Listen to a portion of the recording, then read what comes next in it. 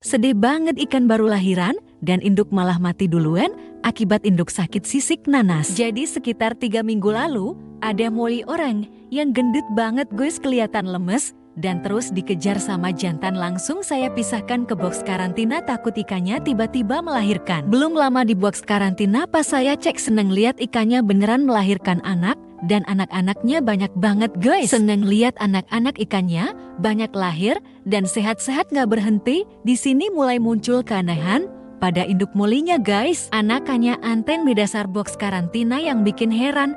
Indukan lahirin banyak anak, tapi perut si induk bukannya mengecil malah makin kembung. Dan bulat juga induk kelihatan makin lemes. Anak ikan masih terus berjatuhan lahir, cuma perut si induk gak mengecil, juga masih terus membengkak. Saya pas ini belum curiga kalau ikan ada yang gak beres guys, jadi masih memperhatikan aja dulu sambil nunggu semua anaknya lahir. 2 jam dari anak pertama lahir, indukan diem terus dan perutnya udah kelihatan agak kempes, tapi sisiknya pada berdiri gitu gue. Saya langsung cari tahu di internet apa penyebab sisik ikan berdiri, dan kaget ternyata ikan dengan kondisi seperti itu terkena sakit dengan istilah namanya sakit sisik nanas. Awal bingung banget soalnya baru pertama kali ada ikan yang kayak gini guys. Saya cari-cari obat rekomendasi di internet dan langsung mencari ke toko ikan terdekat. Sayangnya obat rekomendasi yang saya tahu nggak ada dijual di toko ikan yang ada di daerah saya, cuma si penjual saranin ikan direndam pakai garam ikan. Jadi langsung saya coba buat bikin larutan air garam ikan guys.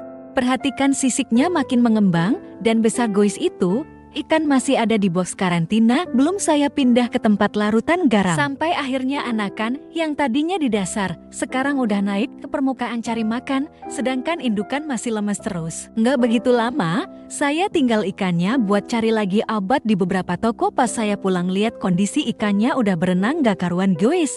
Kayak kesusahan berenang dan gak bisa kontrol arah juga. Langsung saya ambil indukan ikannya agar sakit gak nular ke ikan lain dan anak-anaknya, dan akhirnya indukan masuk juga ke air larutan garam ikan. Saya tambah gelembung aerator agar ikan kehabisan oksigen. Gue lihat kasihan banget, baru berapa jam sudah lahiran, kondisi indukannya malah kayak gini. Bingung mau bantu gimana juga soalnya ikan udah kelihatan parah dan berenang juga nggak bener. Di sini saya masih berharap ikan indukan sembuh dan pulih kembali seperti biasa, dan sekitar 1 jam ditoples air garam. Pas saya cek keadaannya makin buruk dan ikan kayak keberatan sama badan sendiri. Setelah diperhatikan lagi ikan makin lemes dan ada kemungkinan gak kuat bertahan hidup akibat sakitnya udah parah dan gak obat. Jadi 2 jam setelah melahirkan induk mati ninggalin anak-anaknya. Kasian banget guys jadinya. Ini kondisi terakhir di video pas ikan masih sempoyongan berenang. Gak lama dari itu indukan tiba-tiba diem